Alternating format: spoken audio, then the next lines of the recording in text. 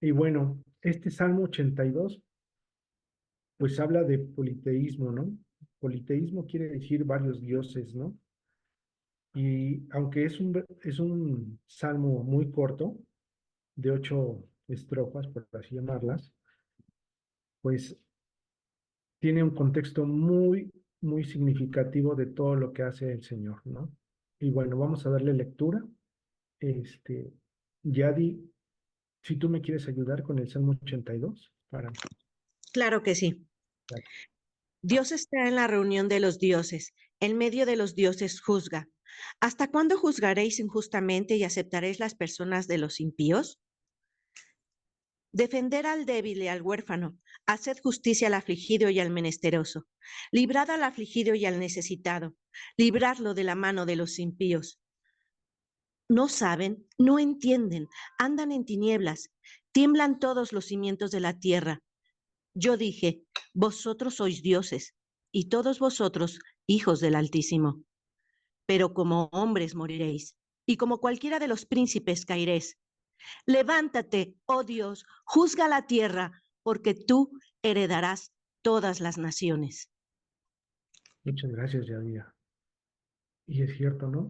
Dios está en reunión de los dioses y aquí es en donde se empieza a uno a entender por qué dice, por qué está con más dioses, no nada más hay uno. Entonces, ¿cómo nos hemos ido empezando a ministrar? Que hemos aprendido que hay varias culturas, varias religiones, y quise poner algunos ejemplos, ¿no? Cada una en diferentes contextos, ¿no? La religión maya, la religión germánica, la religión helenista, la religión budista, la religión cristiana, ¿no? Cómo en estos contextos se empiezan a ver, ¿no? Pero si bien recordemos que hasta el pueblo hebreo tenía sus propios, como dioses, ¿no? Todavía en efecto, eso es un shock que resalta, ¿no? ¿Cómo es posible que el pueblo escogido de Dios haya tenido esos dioses, ¿no? Y bueno, ¿cómo no? Porque pensemos un poquito, cuando son atrapados en Egipto, ¿cuántos años? Más de 400 años ahí estuvieron en cautiverio. Este, pues se adoptan esas creencias, ¿no? Cuando estuvieron en Babilonia, pues también adoptaron ciertas características, ¿no? Cuando están en Grecia, pues adoptan también otras creencias, ¿no? Y así a veces nos pasa, ¿no? Cuando estamos lejos de Dios, ¿no? Adoptamos lo que mejor nos conviene, lo que creemos que nos va a beneficiar, pero a veces nos perdemos.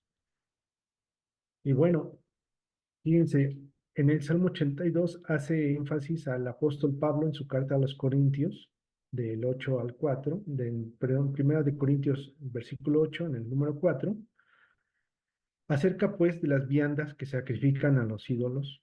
Sabemos que un ídolo nada es en el mundo y que no hay más que un Dios, pues aunque haya algunos que llamen dioses, sea en el cielo o en la tierra, como hay muchos dioses y muchos señores, para nosotros, sin embargo, solo hay un Dios Padre, al cual proceden todas las cosas, y nosotros somos para Él, y un Señor, Jesucristo, por medio del cual son todas las cosas, y nosotros por medio de Él.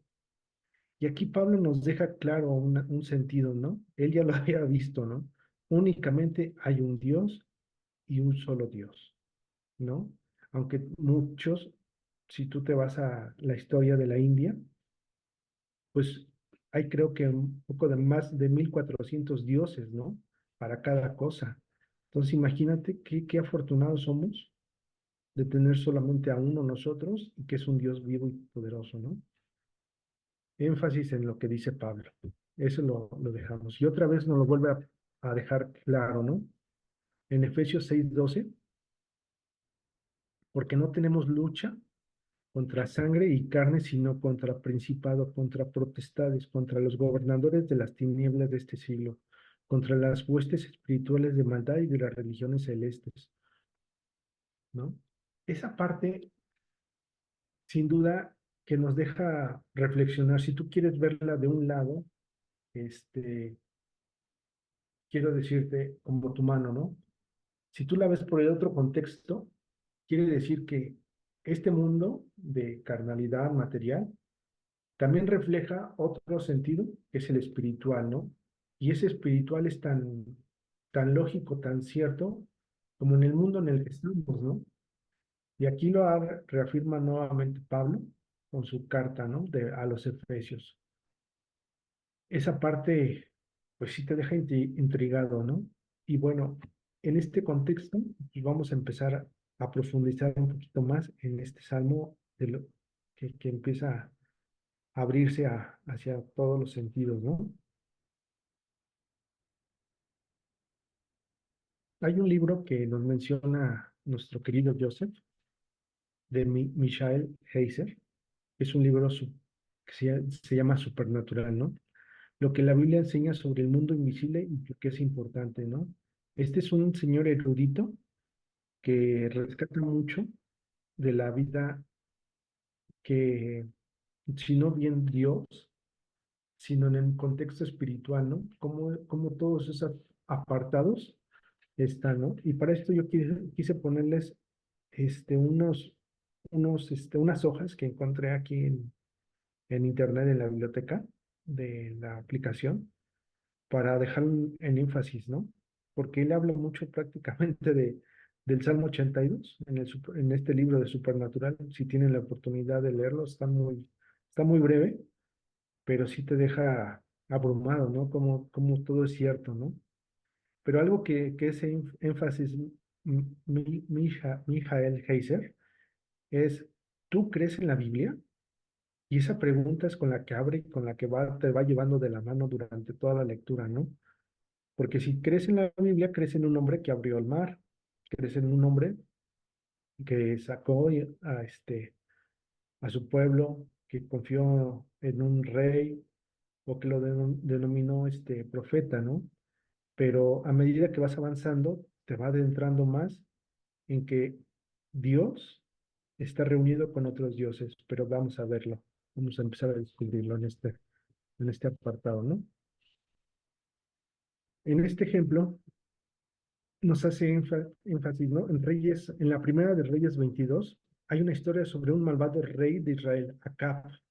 Él quiere unir fuerzas con el rey de Judá para atacar a un enemigo en el lugar llamado de Ramón de Galat. El rey de Judá quería una visión del futuro, ¿no? Y quiere saber qué es lo que va a pasar si ellos atacan. Así los dos reyes le preguntan a los profetas de Acab y reciben aprobación total. Pero ellos tan solo le están diciendo a Acab lo que quiere escuchar. Y ambos reyes reconocen esto. Así que deciden preguntarle al profeta de Dios, fíjate, ¿eh? Una persona llamada Micaías. Lo que dicen no son buenas noticias para Acab. Respondió Micaías, por tanto, escucha la palabra de Señor. Yo vi al Señor sentado en su trono y todo ejército de los cielos estaba junto a él. Fíjate, todo ejército de los cielos estaba junto a él, a su derecha y a su izquierda. Y el Señor dijo, ¿quién inducirá a Acab para que suba y caiga en Ramón de Galat? Y unos decían de una manera y de otra. Entonces un espíritu se adelantó y se puso delante del Señor, dijo, yo lo induciré. Y el Señor le dijo, ¿cómo? Y él respondió, saldré y seré espíritu de mentira en boca de todos sus profetas. Entonces él dijo, le inducirás y también prevalecerás. Ve y hazlo así, y ahora he aquí que el Señor ha puesto un espíritu de mentira en boca de todos tus profetas, pues el Señor ha decretado el mal contra ti. Fíjate, ¿no? Cómo aquí hay algo que te empieza a revelar, que te empieza a señalar, que Dios está conversando con alguien, ¿no?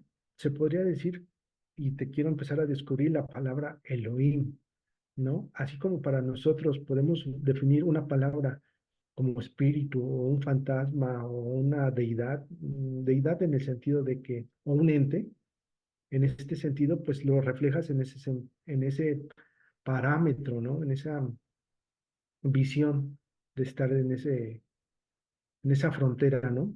Pero de donde empecemos a reservar esa palabra de Elohim, porque aquí viene el contexto, ¿no? Bueno, en este hay otro ejemplo, ¿no? Cortesía de Judas, el apóstol. Y a los ángeles que no conversaron su señorío original, sino que abandonaron su morada legítima, los aguardó en prisiones eternas bajo las tinieblas para el juicio del gran día. Esto está en Judas del 1 al 6. Y aquí también te deja, ¿no? Elohim para los ángeles, cuando son Melach, mensajeros. ¿Qué quiere decir esto, no? ¿Qué quiere decir estas partes? Pero bueno, empecemos a ensamblar este rompecabezas, como le llama Joseph, ¿no? Si bien dice que la Biblia tiene un equipo de trabajo de seres divinos que llevan a cabo sus decisiones, se refiere a ello como la asamblea de consejo o la corte de Dios, ¿no? En el Salmo 89, que está más adelante, que uno de los versículos más claros sobre es este salmo, ¿no? Pero aquí en nosotros, en, en donde estamos actualmente parados, la traducción de las buenas nuevas, en esta traducción, dice, Dios preside el consejo celestial en la asamblea de los dioses, emite su decisión, ¿no? Pero le está hablando a los demás dioses, pero ¿cuáles serán esos dioses? ¿Cuáles serán esos Elohim? Fíjate, ¿no? Si lo piensas, es un versículo alarmante. La primera vez que realmente lo vi, me conmovió. Pero lo que el versículo significa es lo que sencilla y llanamente dice, como cualquier otro versículo. El Salmo 82 tiene que entenderse dentro de un contexto de lo que dice la Biblia. En este caso, lo que dice sobre Dios y cómo debe definirse este término. La traducción de la palabra dioses en hebreo original se traduce como Elohim. Muchos de nosotros hemos pensado sobre Elohim como en un solo sentido, como uno de los nombres de Dios, el Padre. Pero se nos hace difícil pensar sobre ello en un contexto más amplio. Pero la palabra se refiere a cualquier habitante del mundo espiritual invisible. Por eso es por lo que vas a ver que estamos usando tanto esta palabra para Dios, desde el propio Génesis 1:1 como para los demonios en Deuteronomio y para algún ser humano muerto en el más allá en Samuel 28:13, para la Biblia como cualquier ser incorpóreo cuya residencia es el mundo espiritual es un Elohim. Entonces, si tú te das cuenta, esta palabra va siendo, este, yo le diría como que tiene más sentido, ¿no? O no sé si, si quedó muy particular el uso de la palabra. Yo al principio, cuando empezaba esto, Elohim, pues nada más se lo atribuye a Dios, ¿no? Pero ya cuando ahorita nos vamos adentrando a esto del Salmo 82, pues no, tiene un contexto que son Elohim, es un plural, ¿no? Y de hecho en el Génesis 1:1 lo declara propiamente para Elohim, ¿no? Que es un plural de los dioses, ¿no? Esa parte sí, la quiero reafirmar que va en ese contexto, ¿no? Pero bueno, aquí continuemos.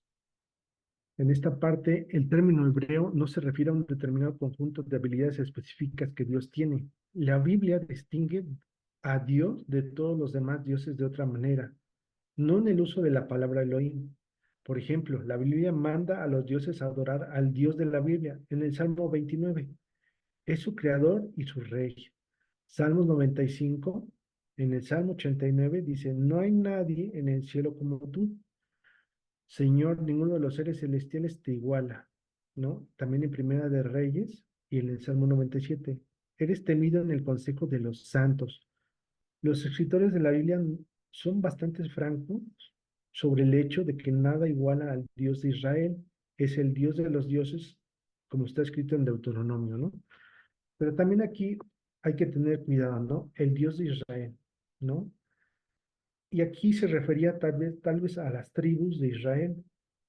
Y hay que hacer énfasis de que a veces las traducciones no, no respetan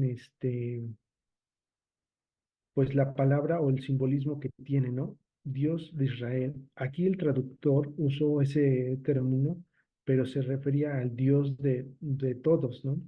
No solamente al de Israel, para que también eso lo tengamos en cuenta y seamos precavidos. No todas las versiones van a respetar o van a ser, como Joseph dice, ¿no? Hay monje encerrado o escriba o rabino por ahí encerrado, ¿no? Entonces, tener cuidado. Y aquí, este les puse un salmo, el Salmo 82, pero en latín. Esta versión me gustó, pero sí está pues, un poquito más conservadora, totalmente, ¿no? Y fíjense, ¿no? Aquí en este caso, cómo hay que saber no solamente hebreo, sino también el latín, para empezar a conocer y cómo tiene que ver. Y luego si te quieres meter más, pues al arameo, ¿no? Entonces, ¿cómo o por qué tienen que ser conocidos tantas lenguas, ¿no? Y apenas estamos superficialmente rayando una versión. Pasemos a la siguiente, ¿no? En la estructura y las funciones del consejo, los dioses del Salmo 82 son llamados los hijos del Altísimo Dios.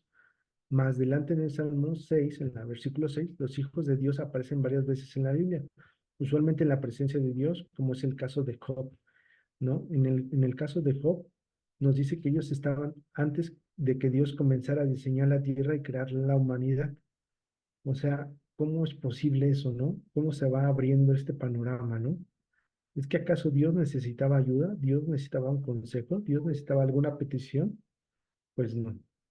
Entonces, en esa parte nos va dejando abrir nuestro panorama, nuestra mente. Y esto es muy interesante. Dios llama a estos seres espirituales sus hijos. Como Él los creó, tiene sentido el lenguaje de familia. En la misma manera que te refieres a tu prole, a tu familia, a tu parentela, como tu hijo, porque participas en su creación. Pero aparte de ser su padre, Dios es también su rey. En el mundo antiguo muchas veces los reyes reinaban a través de sus familias extendidas. El reinado pasaba a sus herederos, el gobierno era un asunto familiar y Dios es el Señor de su consejo y sus hijos tienen el siguiente rango más alto, ¿no? Y quise poner este versículo de Hechos 16:31. Cree en el Señor Jesús, así tú y tu familia serán salvos, ¿no?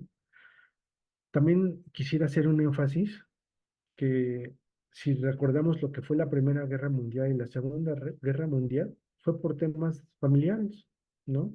Fue porque el primo de un rey alemán, este, no se llevaba bien con y pues lo mandó a matar, ¿no? Y de ahí, pues desencadenó toda una serie de sucesos históricos, pues que ya conocemos, ¿no? Esto haciendo énfasis a la parte familiar. Y los hijos de Dios también toman decisiones, ¿no? A través de Reyes 1, en el versículo 22 y muchos otros versículos, sabemos que los asuntos de Dios envolvían la interacción con la historia humana. Cuando Dios decidió que había llegado la hora de que el malvado Acab muriese, dejó que su consejo decidiera cómo iba a suceder. Y en efecto lo acabamos de leer, ¿no? Como un espíritu vino y engañó a los demás profetas. Los encuentros del consejo divino no son los únicos en la Biblia que nos relatan. Un par de ellos determinaron el destino de imperios. En Daniel 4, por ejemplo, Nabucodonosor, el rey de Babilonia, fue castigado por Dios con una locura pasajera, ¿no? Todos recordamos que se comportaba como una fiera, un animal, un salvaje, alguien que había perdido la cordura y estaba sentenciado. Pero esa sentencia fue llevada a cabo por decreto del Altísimo en Daniel 4:24, por el decreto de los vigilantes, así también llamados Elohim o dioses. Los vigilantes era un término usado para los seres divinos del consejo de Dios y hace referencia a su constante vigilancia de los asuntos de la humanidad, pues nunca duermen estos. Estas escenas bíblicas de las sesiones del consejo divino nos dicen que los miembros del consejo de Dios participan en el gobierno de Dios, por lo menos en algunos casos y haciendo énfasis a Dios, decreta qué es lo que quiere que se haga, pero Él le da libertad a sus gentes sobrenaturales para que decidan de qué forma se va a llevar a cabo. Los ángeles también participan y es un consejo de Dios. Recordemos que en estas fechas, pues viene algo, ¿no? La natividad, y es un enfoque tan fuerte, pues que realmente vino un ángel, ¿no? Pero vino a cabo que sirviendo una decisión, una orden del Dios Altísimo, ¿no? Que se le comunicara que de él iba a nacer un niño que se iba a llamar Emmanuel, ¿no? Y eso haciendo énfasis a esta parte, ¿no? En los idiomas originales de la Biblia, en el Antiguo y en el Nuevo Testamento, los términos traducidos como ángel realmente significan mensajeros, melach, La palabra ángel es básicamente una descripción de su trabajo, únicamente traen un mensaje. Los ángeles llevan mensajes a la gente, pero también aprendemos más sobre los ángeles y sus deberes, así como otros deberes de los miembros del Consejo de Dios en este libro o en este salmo, ¿no? Y yo creo que este salmo es una puerta a una investigación más recopilatoria de qué se refiere ese consejo, ¿no? Realmente te da para mucho este salmo, pero bueno, continuemos. El Salmo 82 continúa y reafirma la tradición profética del Salterio. Presenta una firme y clara denuncia a los líderes del pueblo. Añade un anuncio inminente de castigo y culmina con un clamor intenso y una sentida expresión de súplica colectiva y comunitaria. El objetivo es poner en evidencia los actos impropios de las personas que son responsables por la implantación de justicia en la comunidad, además de afirmar el compromiso divino con la gente débil, huérfana, afligida, menesterosa y necesitada. Pero ¿cuántos de todos esos no somos nosotros? No somos necesitados, no somos afligidos, no somos, sino bien huérfanos, pero sí tenemos una necesidad siempre de nuestro Padre, un compromiso con la gente débil, porque sí sabemos que nos mueve el ver cuando vemos a una persona que pide una limosna en la calle o en el mercado. De acuerdo con el salmista, es Dios mismo quien está comprometido con la justicia y la estructura y las funciones del consejo. Los dioses del Salmo son llamados los hijos del Altísimo Dios. Más adelante en el Salmo, en el versículo 6, los hijos de Dios aparecen varias veces, usualmente en la presencia de Dios. Y como ya lo vimos en Job 38:7, nos dice que ellos estaban antes de que comenzara a diseñar toda la humanidad. Todo este poema se hace tanto difícil por el contenido y el carácter del salmo. Literalmente se indica que Dios presida unos procesos judiciales para juzgar a los dioses, en vez de incorporar las alabanzas y prioridades a Dios. Lo que articula el salmo son citas y palabras de divinas preguntas. Y en este contexto, yo te quiero poner algo que también encontré hoy en este salmo, ¿no? Resulta ser de que el profesor que había exhortado a todos sus alumnos a aprender durante el curso, y como bien ya saben, ahorita ya, pues creo que es el último día de clases o fue el último día de clases hoy, porque ya inician las vacaciones, pues los alumnos estaban menesterosos, atareados por entregar las tareas, para hacer los exámenes y todo, pero el profesor les puso un examen, ¿no? Un examen muy interesante, ¿no? Para estos médicos que estaban, bueno, perdón, estaban estudiando medicina, estos médicos, y estaban haciendo su último, pues, trabajo, ¿no? Colectivo. Y pues, en efecto, llegó el día, el examen, y los alumnos habían llegado temprano porque sabían que hoy era la clase y el examen final. Pero para esto, el profesor les puso unas tareas en donde llegaron y vieron en la puerta de la entrada del salón que había un nuevo mensaje. Favor de acudir a esta plaza a dar citas. Y en efecto, llegaron y se movieron a la plaza, pero en eso vieron una señora que estaba lastimada de intendencia, pero ninguno de ellos se dedicó a auxiliarla ni atenderla, ¿no? Aunque todo era un plan del profesor, quedó marcado como una tarea pendiente, ¿no? Empezaba a correr el examen, pongan atención ahí. Empezaba a correr la primera, este, pregunta del examen, por así decirlo, el ejercicio, ¿no? Entonces estos médicos, por no perderse la cita que tenían en el parque, acudieron rápido hacia el parque, pero descuidando su labor de médicos, ¿no? Para atender a esta mujer que se hacía tenía que ser atendida por alguno de ellos, ¿no? Pues se había lastimado o había provocado que se lastimara porque tenía su cubeta tirada con agua y sus utensilios ahí todos tirados y ella está como que acostada en el piso, ¿no? En el segundo apartado, al llegar al parque, dice en favor de encontrarse nuevamente, pero ahora en la biblioteca, ¿no?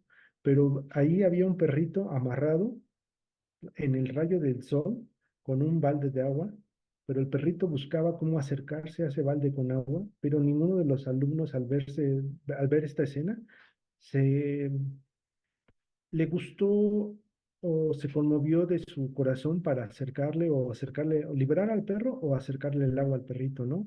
Ninguno de sus alumnos se acercaba con el perrito, simplemente vieron el letrero y se decidieron acercar a la biblioteca, ¿no? Y todos presurosos otra vez volvieron apurados hacia la biblioteca. ¿En qué sentido van estas palabras? Bueno, como Dios está en una reunión, pues ve cómo las personas no atienden o no ven al débil, no ven a ningún acto justo, no ven a una atención por hacer justicia no afligido a una persona, ¿no? Sino se da cuenta él de todas las situaciones, ¿no? Pero para llegar a concluir esta historia en la biblioteca, se da cuenta que el examen tiene tres características principales, ¿no? Que les dice a los doctores, a los futuros doctores, ¿no? Vosotros sois doctores y vosotros sois mis aprendices, pero como doctores también moriréis y como cualquiera de ustedes también se equivocarán, pero nadie de ustedes tendrá acción para ayudar a uno al otro, ni levantándolo ni asesorándolo. Pero qué triste fue lo que las acciones de ahorita ustedes vieron, pues el examen estuvo en sus narices, en sus ojos, pero no se dieron cuenta de lo que era importante hacer, ¿no? Acciones divinas, acciones prudentes que les edificaran más que conocer, hacer. Y esa es la parte que yo creo que en este salmo te va abriendo, ¿no? Te va diciendo que Él juzga la tierra, porque tú heredas todo lo que de Él tienes, ¿no? Y fíjate cómo nos va llevando, ¿no? Más que a los ángeles, como Él nos quiere cerca de Él, ¿no? Para que estemos juzgando y estemos gobernando junto con Él. Nos quiere como su prole, como su familia, como algo dentro de Él, algo muy especial, ¿no? Y a veces como está encerrado, ¿no? ¿Qué es el hombre para que lo visites todas las mañanas, ¿no? Por eso empezamos orando, por eso abrimos este salmo orando para pedir para que nos dé ese discernimiento, ¿no? ¿Qué es lo que realmente nos quieres enseñar con este salmo, el 82? Que nos llamas a ser tus hijos, ¿no? Y cómo debemos ser ante los demás, como tú, Señor, ¿no? Para no ser como estos jóvenes que estaban más adecuados al proceso de ser doctores, pero olvidando o haciéndolo difícil su decisión de poner el carácter de ser amables, dóciles y bondadosos, ¿no? De lo que realmente han aprendido. Y es así como vamos continuando con este Salmo el 82, ¿no? Las retóricas que Dios oficia como juez del caso, el contenido del Salmo refleja las dinámicas que ponen de manifiesto los antiguos procesos judiciales de Israel. Y esas mismas dinámicas e imágenes eran bautizadas con cierta frecuencia en la literatura profética de la Biblia para presentar juicios divinos, ¿no? Están los ejemplos de Isaías, de Miqueas y de Oseas. Oseas 4, del 1 al 3. Y aquí les quiero leer esta parte. Controversia de Jehová con Israel, ¿no? Oíd palabra de Jehová, hijos de Israel, porque Jehová contiende con los moradores de la tierra, porque no hay verdad ni misericordia, ni conocimiento de Dios en la tierra. Perjurar, mentir, matar, hurtar y adulterar prevalecen y homicidio tras homicidio se suceden. Por lo cual se enlutará la tierra, se extenuará todo morador de ella, con las bestias del campo y las aves del cielo, y aun los peces del mar morirán. En efecto, ¿no? Aquí se hace la justicia del Señor, o de plano, ¿qué quiere decir esto, no? Imaginemos otro contexto, ¿no? Si en vez de perjurar, si en vez de mentir decimos la verdad, si en vez de matar pidamos la vida, si en vez de hurtar, le damos más, si en vez de adulterar, reservamos más nuestro corazón, si, como nos los va diciendo, si en vez de hacer homicidio, porque a veces no solamente es matar, sino hacer enfadar al prójimo, nos aparta o nos aleja más del Señor, como nos enluta, ¿no? Dios que todo lo ve, ¿no? Que todo lo conoce, ¿no? Y aquí quería hacer un énfasis, ¿no? Un pequeño apartado, ¿no? Una pregunta nada más para que no me sienta que estoy hablando solo. ¿Cuántas ventanas tenía el arca de Noé? Si alguien tiene alguna idea.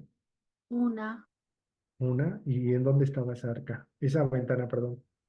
mm, estaba arriba. Exacto, muy bien. Eso es correcto. Y eso yo no lo sabía, yo no lo sabía. ¿Y por qué estaba arriba? Porque Noé hablaba con Dios, ¿no? Entonces, todo, todo designio siempre tiene que estar hacia nuestra fuente, ¿no? Hacia nuestro Dios, hacia nuestro Creador. Yo creo que por eso el sol siempre está arriba, ¿no? Para iluminar. No quiero hacer una tesis de griego, pero creo que si algo nos ilumina siempre en el día, siempre es Dios, ¿no? El Señor, y siempre nos ha puesto esa luz, ¿no? Esta lumbrera en nuestro camino, para no equivocarnos. Pero muchísimas gracias por la opinión, ¿eh? Gracias. Sí, de nada. Au- Aunque es fácil de identificar este carácter profético de este salmo, es más complicado de ubicar el poema en las tradiciones literarias del resto de Salterio. Y con el Salterio quiero decir con el instrumento, ¿no? Proviene de círculos relacionados con Asaf y contiene un recuento de un diálogo en el concilio celestial. Este concilio se pensaba en la antigüedad que era una especie de encuentro y de diálogo de los dioses, y en la Biblia se incluyen algunos relatos de esas importantes reuniones, en los cuales el Dios de Israel participa de forma destacada como juez supremo o presidente de la corte. En particular, este caso del Salmo 82, las divinidades responden a las órdenes del Dios bíblico. Posiblemente el contexto litúrgico de este salmo es la celebración anual del Año Nuevo, en el cual se celebraba la entronización del Señor. La fecha de la composición es quizás el periodo del destierro de a Babilonia, pues los temas que incluyen son similares a los que se incluyen en la segunda y la tercera sección del libro de profeta Isaías, ¿no? Y recordemos, este título hebreo se relaciona con el salmo, se relaciona el salmo con Asaf. La estructura literaria del Salmo se pone en evidencia al identificar las escenas que el poema presenta. El poema incluye en su contenido básico, del versículo 2 al 7, en medio de una especie de paréntesis temático que ubica el Salmo en un adecuado contexto teológico y literario del resto del Salterio, del 1 al 8, es decir, del primero y de la última parte. Destaquemos que primero tenemos que Dios es un juez supremo, ¿no? Dios es el juez, el santo de santos, ¿no? Y aquí hay algo que me gusta decirlo. Vive tu vida de acuerdo a que a tu acusado sea tu defensor. Vive tu vida de acuerdo a que a tu acusado, ese Satán, ese engañador, pues sí, ese ministeroso, que te va a acusar, que te va a decir, este engañó, esto hizo, sea tu defensor, ¿no? Y aquí en la parte 2 acusación contra los jueces injustos e impíos, ¿no? Muchas veces nos creemos jueces nosotros, pero realmente tenemos justicia en nuestras palabras, en nuestros pensamientos, en nuestras acciones. Y la presentación de la sentencia, ¿no? ¿Cómo podemos decir, no sé, en el caso mío, ¿no? Que ahorita me toca estar con mis hijos, pues tú no comes. Ahorita hace un momento, ¿no? Me decía Emiliano, le decía, oye, hijo, ¿ya vas a comer? Más al ratito. Y el otro, el Santi, el chico, ¿ya comes? No, hasta que coma mi hermano. Y no, pues dictamos sentencia, no, pues señores, a comer de una vez, ¿no? Y de paso, pues yo también, ¿no? Pero luego, que no somos justos propiamente en unos ejemplos tan simbólicos, ¿no? Que nos pone siempre el Señor. Y la parte última, ¿no? La de levántate, por favor, oh Dios, y juzga la tierra, porque tú heredarás todas las naciones, ¿no? Y en efecto, ¿no? Aunque hay muchas naciones que aún no conocen, hay mucha gente que hoy principalmente la juventud, ahora que están de moda los TikToks, los Reels de Instagram, que luego los veo a mis hijos ahí atorados y digo, ups, pobrecitos, ¿no? Y les paso unas pinzas para que corten esas cadenas de esclavitud del teléfono, pero no entienden, pero les preguntas a los jóvenes, digo, si creen en Dios, y te dicen que no, que Dios no existe, que solamente creen en la ciencia, ¿no? Y tú dices, wow, pero te lo dan con una afirmación que dices, oye, pues, tranquilo, ¿no? Tampoco te busco, este, convencer ni predicar, pero sí te digo que hay una diferente revelación que es tiempo que ahorita ya empieces a aprenderlo, ¿no?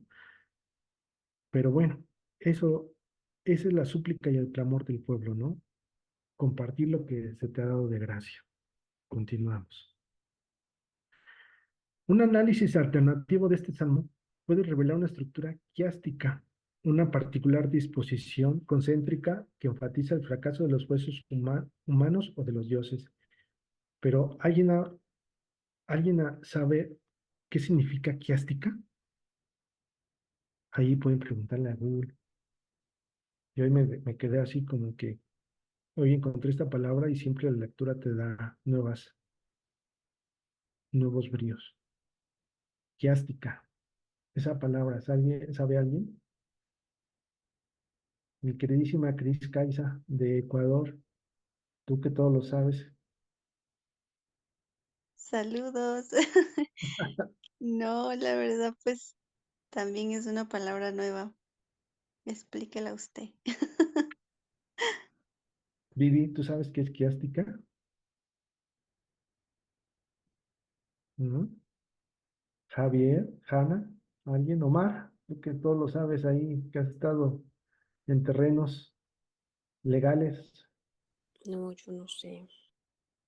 Bueno, quiástica es un ejemplo de que usas una palabra o una acción, es decir, tomas un libro por la mañana para leerlo y lo empiezas a leer, ¿no? O en un semblante de usar una afirmación para hacer algo. ¿Qué quiero decir? El- Dios juzga en la asamblea divina, ¿no? Dios es un juez. Entonces, quiástica quiere decir que es una palabra que está clara o definida dentro de una acción, ¿no? Volvemos al mismo ejemplo. Tomamos un libro para leerlo y conocer, pero ese es un ejemplo, ¿no? Eso significa la palabra quiástica. Realmente es un apartado, pero me pareció interesante usar o conocer esas palabras raras que a veces encontramos, ¿no? Y bueno, aquí Dios juzga en la asamblea divina, eso se refiere al versículo 1, critica a los jueces o dioses, a los Elohim. En la parte 3, violaciones de los jueces o los Elohims, el fracaso de los jueces, ¿no? La proclamación del estatuto de los jueces o dioses y la sentencia a los jueces o dioses. Dios se levanta y juzga la tierra, ¿no? Pero ¿qué quiero decirte con esto? Vámonos a Génesis 1:1 y Dios creó la tierra, pero nunca le puso la muerte, ¿no? Sino fue cuando Eva, por, por omisión de Adán, pues descuidó ese tema y la serpiente los engañó, ¿no? Y ahí hubo muerte, ¿no? Pues hasta entonces era el tema de señorear la tierra. ¿Qué te quiero decir con esto? Que Dios había creado toda su perfección, pero desafortunadamente el hombre, pues no encaja en una asamblea divina, no encaja como juez, no encaja como un estatuto para dictar sentencia, no encaja para levantar ni juzgar la tierra. Entonces, ¿cuál es el plan? Si se dan cuenta, está aquí complicado, ¿no? ¿Cómo es estar en contra de lo que es perfecto, ¿no? ¿Hasta cuándo juzgaréis injustamente, no? Y somos injustos totalmente, ¿no? No aceptamos a veces a las personas, no defendemos al débil, no hacemos justicia al afligido ni al menesteroso, no libramos al afligido ni al necesitado, y por lo tanto no entendemos y siempre andamos en tinieblas, temblando y muchas veces pues, provocándonos más heridas al caer, ¿no? Y aunque Él nos dijo, vosotros sois sacerdotes, vosotros sois mis hijos, pero como hombres, pues nos dio algo, ¿no? Algo que es triste a veces y que es cierto. Y Joseph lo pone muy bien claro, ¿no? Creo que todos al momento le vamos a tener miedo solamente a una cosa, pero verdaderamente miedo. Y creo que cuando es la muerte de un ser querido, pues en ese momento estamos viendo el presente, ¿no? Quiero hacer un paréntesis. Cuando llegamos a casa y los perritos nos ven, cómo se ponen, cómo se alegran, cómo, cómo están haciendo escándalo, maromas, corren para aquí, para allá, porque están viviendo el presente, ¿no? Pero ahora si lo llevas a otro momento, a otra realidad, cuando se nos presenta el momento de nuestra muerte, ¿no? ¿Por qué le tenemos tanto miedo? Bien lo comenta Joseph, ¿no? Porque en ese momento sabemos que en ese instante vamos a estar con Él para ser juzgados, pero ¿con quién? Con ese Dios de asamblea, con ese juez, con ese otorgador de, pues de verdad y de justicia, ¿no? Pero también va a estar alguien con nosotros acompañándonos. Ese acusador, ese engañador, ese estafador que nada más vino a qué? A matar, a hurtar y a robarnos, ¿no? Nos robó, es que no quisimos estar con el Señor, que nos engañó, que estuvimos con dioses ajenos, haciendo voluntades de dioses perversos, como es las apuestas, el alcoholismo, la drogadicción, las mujeres, las mentiras, varios estatutos que, bueno, que serían, la lista sería incontable, ¿no? Pero bueno, fíjate, ¿no? Cómo vamos siendo asociados en este precioso salmo. Continuamos. Bueno, ya vimos cómo Dios es un ser supremo de su pueblo y también como Señor absoluto del panteón antiguo. No hay más que un contexto literario y teológico de este poema, de una corte celestial en donde Dios se levanta entre las divinidades para juzgar de una manera firme, demostrar su autoridad y su poder. Solamente es una escena solemne y extraordinaria. Dios se levanta para tomar las declaraciones pertinentes de los acusados, que posteriormente alude como dioses. En el versículo 6, y pronunciar la sentencia adecuada y justa. Esos dioses eran los jueces y los líderes políticos del pueblo que debían implantar la justicia en la comunidad como representantes divinos. Que Dios se levanta es una manera de decir que el juicio ha comenzado y ha iniciado un proceso legal, pues la palabra hebrea transmite el sentido de intervención, autoridad, poder y decisión, ¿no? Fíjate, autoridad, poder y decisión. Muchas veces, y yo creo que a todos los que estamos hoy reunidos, o sea, se nos ha dado autoridad para hacer lo que queramos o lo que está planeado de Dios, poder para lo que nosotros queramos o lo que está planeado por Dios, decisión para nosotros o decisión para nuestro Dios. Fíjate en esas tres palabras fuertes, ¿no? Y con una pregunta retórica se pone en relieve de la naturaleza y la gravedad de las acusaciones y los delitos. Es una pregunta retórica que tiene claras implicaciones proféticas. La acusación es directa y firme, ¿no? ¿Hasta cuándo juzgaréis injustamente, ¿no? Y aceptaréis las personas de los impíos. Fíjate, ¿no? La contestación a sus interrogantes, ¿cómo presentar su caso? Las personas responsables de administrar la justicia están confundiendo sus deberes al favorecer a los impíos. Se confrontan a los jueces humanos con su condición inmoral, con sus actitudes inicuas y con sus prácticas, ¿no? Y alguna vez a mí me pasó, acompañando a un amigo argentino del Ministerio, Gastón González, de Ministerio de Argentina, nos agarró Año Nuevo en la camioneta de él y nos detuvo un tránsito, siendo Año Nuevo, ¿no? Y cuando quieres empezar bien, ¿no? Y nos dice el de tránsito, híjoles, joven, aquí no se puede dar curva, ¿no? Y afortunadamente el argentino pues sale al quite. Dice, oye jefe, pero pues yo es que soy extranjero, no conozco tus leyes, ¿no? Aquí no sé dónde sí, dónde no. Pero pues el oficial, muy prudente, ¿no? Muy condicionado a su rectitud, pues nos dijo, híjoles, usted no está exento de la ley ni porque sea argentino, ni su nacionalidad, ni porque sea americano, ¿no? Pero bueno, ¿qué quiero decirte con esto, no? Que salió el típico mexicano, ¿no? Yo. Y le dije, jefe, aquí está una Sor Juanita, ¿no? Una condición inmoral de soborno, una actitud inocua, unas malas prácticas para que, pues, bueno, el argentino pudiera salir libre de la situación, pero fue lo justo, fue la acción, una acción firme y deliberada. Y quiero volver a poner paréntesis, ¿no? Intervención, autoridad y poder y decisión. Tuve intervención en el acto, tuve autoridad en el acto, tuve poder en el acto y tuve decisión, pero todas las hice mal. Tuve intervención porque no, si habíamos incurrido en una falta, pues tuvimos que aceptar la multa. Hubiéramos esperado que la autoridad nos hubiera ejecutado la sanción y el poder para aceptarla y la decisión para afrontarla. Pero todas esas cuatro acciones fueron malas, ¿no? Y como es un ejemplo, ¿no? Tan sencillo, ¿no? Tan corriente como es este ejemplo. No hay justicia, bueno, yo en mi caso pues no lo hice correctamente y pues quedé mal ante la autoridad de mi país y ante un amigo, hermano, este, con una condición que cada vez que me ve, me dice, oye Pedrito, no te subas conmigo en Año Nuevo porque nos multan otra vez, ¿eh? Pero bueno, chiste ahí local, pero quiero decirte cómo es la amonestación contra los jueces injustos, ¿no? Totalmente. Continuamos. Y con decisiones viciadas, con sus acciones impropias, con sus sentencias corruptas, sin paliativos, el salmista convertido en profeta denuncia con firmeza la parcialidad de los jueces.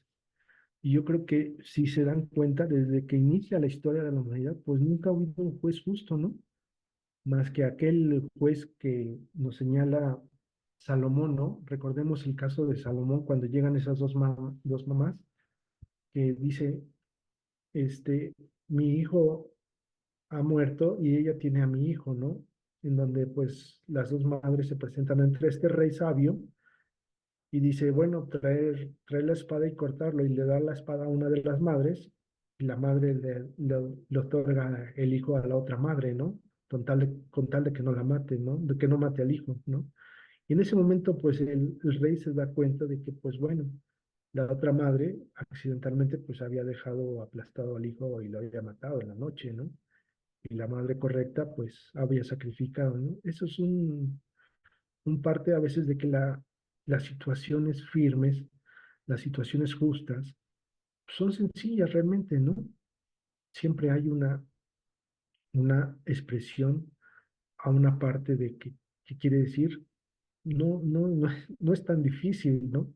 Si tú te pareces mucho a él, pues totalmente todo te va a salir fino y claro, porque él tiene toda esa luz para darte la atención de tus acciones. Pero bueno, este versículo termina con una expresión de la hebrea Selah, ¿no? Continuando en esta parte, el Salmo continúa en una, en una firme y clara exhortación divina. Las palabras que se utilizan revelan la urgencia y la seriedad del reclamo divino. Defended, haced justicia y librad a las personas débiles, huérfanas, afligidas, menesterosas y necesitadas. Con esos imperativos se revela de manera gráfica el reclamo divino a los jueces y se describe el sector social que recibe el resultado de la imparcialidad jurídica y de los dolores de injusticias humanas, ¿no? Creo que ahorita se vive un cambio muy importante allá en Argentina, con un nuevo presidente, con una nueva oportunidad de hacer las cosas claras, pero ¿cuántos de ellos están buscando esa necesidad pues de que tengan un resultado, una vida mejor, una vida más digna, ¿no? También hablo por mi nación, claro, ¿no? Todos deseamos alguna mejor perspectiva, una mejor vida, un verdadero proceso judicial para nuestras acciones. Los jueces deben de respetar y afirmar los derechos de la gente marginada y angustiada por la vida. Ha decepcionado a Dios la actitud impropia e injusta de los jueces, los líderes del pueblo, y que abdicaron su responsabilidad legal y moral de servir como representantes divinos en la administración de la justicia de Israel. Y quiero decir en esta parte de Israel, que lo dejé aquí, como Israel, somos nosotros Israel, ¿no? Somos los que vencemos con Dios, somos los que seguimos a Dios, ¿no? Pero para esto, seamos jueces más, más de nuestra casa, de nuestra familia, de nuestra pareja, de nuestros hijos, ¿no? ya no estemos tanto decepcionando a Dios como la gente que venía a recibir justicia, pues salieron humillados, maltratados, heridos e indefensos. En la parte del versículo del 5 al 7, en esta sección del Salmo se presenta una sentencia divina a los jueces injustos, ¿no? Como estos líderes que siempre están en tinieblas, que no saben ni entienden, es decir, que no tienen capacidad de comprender la gravedad de sus actos, que no tienen la voluntad de enmendarlos. Esas actitudes son tan adversas y tan desagradables ante Dios que se comparan al temblor de los cimientos o fundamentos de la tierra, que es una manera figurada de revelar la mortalidad de la crisis. Es decir, no va a perseverar ninguna de esas acciones, ¿no? En una forma literaria de poner de relieve la gravedad de la acusación. La maldad de estos jueces es un grave delito ante Dios, pues sus actos no corresponden a los reclamos divinos de justicia, por lo que esencialmente fueron comisionados, es decir, fueron encausados a eso, ¿no? Por causa de la maldad en la que viven, la tierra está en caos, ¿no? Y muchas veces, hace poquito me decía una maestra que, que la naturaleza y los animales y todo ser viviente gimen, ¿no? Por toda esa injusticia, ¿no? Muchos decretos para construir nuevos centros comerciales en áreas verdes o en lugares que estaban protegidos y que, pues, bueno, pronto, ¿no? Actualmente, pues, aquí hay un tema con un tren que están construyendo allá por el sur del país, que se puede ver positivo, sí, que se puede ver negativo también, pero cómo tienes que estar preparado, ¿no? Para saber imponer esa justicia, ¿no? Para que la tierra no esté en caos. Este poema también identifica la confusión de sus interlocutores, los jueces humanos. Les llama dioses e hijos del Altísimo. Fíjate, ¿eh? Hijos del Altísimo. O sea, un relieve, una estructura más que declarada, ¿no? En este versículo, perdón, se les identifica de esta forma, pues es una manera de afirmar que representan a Dios en la administración de su voluntad, ¿no? Muchas veces, ¿no? Cuando uno de mis hijos llega y me dice, oye, papá, me pide mi mamá que si le pides esto, ¿no? Pero viene una autoridad. Yo le mando una razón también, pero también va en esa autoridad de decirle a uno de mis hijos que lleve ese mensaje, ¿no? Y fíjate cómo es también el Señor, nos da ese grado, ¿no? Ese grado de ser sus representantes o por así decirlo, sus embajadores, pero hay que tener cuidado. Sin embargo, en el ejercicio de sus responsabilidades se endiosaron. Y muchas veces así nos pasa, ¿no? Es que tú le reportas a la dirección y te crees mucho, ¿no? A veces no podemos ignorar y rechazar ese fundamento ético, legal, espiritual y moral de las decisiones. Aquí, la crítica del salmista es que no van a quedar impunes, pues aunque se crean dioses, morirán como cualquier mortal, ¿no? ¿Qué le pasó a este presidente venezolano, ¿no? Que era un general Chávez? Este, pues tenía buenas decisiones o malas decisiones, se creía o no se creía, pero se sentía inmortal y como cualquier mortal, también falleció, ¿no? Hace poco también falleció alguien de Turquía, ¿no? Un ministro, no un ministro, un representante de su parlamento, que decía que Alá y todo, y sentenciaba a muerte, ¿no? Al pueblo de Israel, pero la sentencia de muerte fue para él. Pero para esto hay que ponerlo claro, que la sentencia de muerte contra estos representantes injustos de la justicia, pues no se hace más que esperar, ¿no? Por eso hay que tener muchísimo cuidado con nuestra palabra, con nuestra boquita, para no equivocarnos y no caer en unos errores catastróficos. El salmo culmina con un grito de fe, esperanza y seguridad. La esperanza del salmista no está en los jueces, que eso es muy importante, humanos, sino en Dios, que es el juez justo de toda la tierra y que recibirá por herencia las naciones. De esta forma se revela que el dominio universal de Dios se pone en evidencia el poder divino sobre todo el mundo. Se hace evidente la autoridad del Señor sobre todo lo creado. Comienza el salmo con la afirmación de que Dios preside la reunión de los dioses y finaliza con una declaración de soberanía divina. Según el salmo, Dios no solo juzga, sino también tiene el control de la tierra y del cosmos. Al final del poema, Dios se levanta, que es una especie de grito de guerra, una forma de petición de triunfo, una manera de reclamar la intervención transformadora y justa del Señor. Este salmo nos deja y nos revela la importancia que tienen los jueces en la antigüedad, tanto en el pasado como en el presente, pues eran considerados representantes o mediadores de Dios en la administración de la justicia. Sin embargo, el salmo revela que las actividades de estos jueces no estaban a la altura del cargo que desempeñaban. La gente no recibía estas cortes en estas cortes la justicia que necesitaba. Imploraban, sino que por el contrario, se tropezaban con manifestaciones mortales y nefastas de injusticias. Se pone en claro la evidencia del compromiso divino con la justicia y describe claramente el final de los jueces y las personas que actúan con injusticia en la sociedad. La esperanza del salmista está en Dios, aunque continuamos, necesarios los sistemas humanos de justicia. La fe del poeta no está en la capacidad de los jueces, sino en el compromiso divino de la gente, con la gente necesitada. Y aquí quiero hacer un paréntesis pequeño. Muchas veces cuando ayudamos a alguien, cuando le vemos necesitado, no sé, por ejemplo, cuando alguien necesita cruzar la calle, que es un ejemplo sencillo, simbólico, lo vemos y cómo nos sentimos cuando hemos cumplido con esa misión. Lo hemos hecho, ¿no?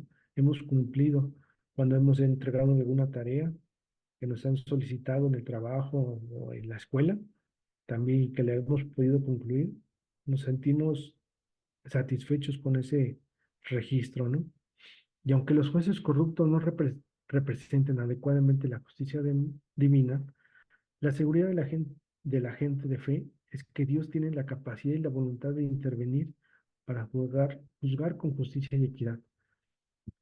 Jesús de Nazaret, Yeshua, siguió el modelo de justicia que se revela en este salmo, pues se representa como el que escucha los clamores del pueblo, que responde a sus anhelos de justicia.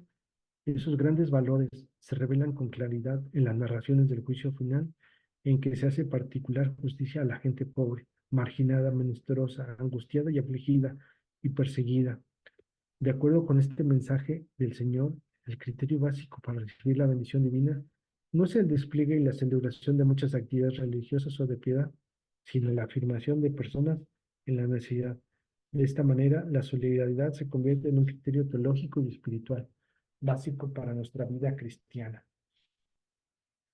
En esta parte, pues creo que van muchas cosas, ¿no? Totalmente, yo creo que este salmo está especialmente dedicado para los abogados que después se convierten en jueces, ¿no? Esos, los abogados, aquí hay un dicho que a veces, ¿en qué se parece un canguro a un abogado, ¿no? En que los dos parecen grandes, ¿no? Pero no, eso suena un poquito grosero, grotesco, pero quiero decirte que un abogado es un sadik, una persona justa que se apiada de ti, que te va a ayudar y que pues si la ley y las pruebas tienen claridad, pues van a darte ese modelo de justicia que tú necesitas, pero si en efecto no hay justicia para ti o en esa parte que tú puedes tener una mala percepción, pues yo creo que te dejará con una atención correcta y justa de lo que te corresponde, que se denomina justicia, ¿no? Continuamos. Este, esto, eh, esto es lo que me va dejando el Salmo 82 en sus 8 versículos. Este, creo que va diciéndonos mucho, pero si, si bien atender todo lo que quiere decirnos una amonestación contra los juicios injustos, pues muchas veces creo que todos hemos tenido juicios injustos, ¿no? En nuestra casa. Oye, ¿quién dejó aquí, tiradas sus cosas de la escuela? Yo no, y son las tuyas, ¿no? O de tus hijos, ¿no? Y te dicen, no, no son mías, pero aquí dice el nombre de tu hijo, ¿no? O en el trabajo, ¿no? Este, Alguien no presentó algún trabajo y pues dice, no, yo no fui, yo no esto. Pero siempre, siempre hay juicios injustos, ¿no?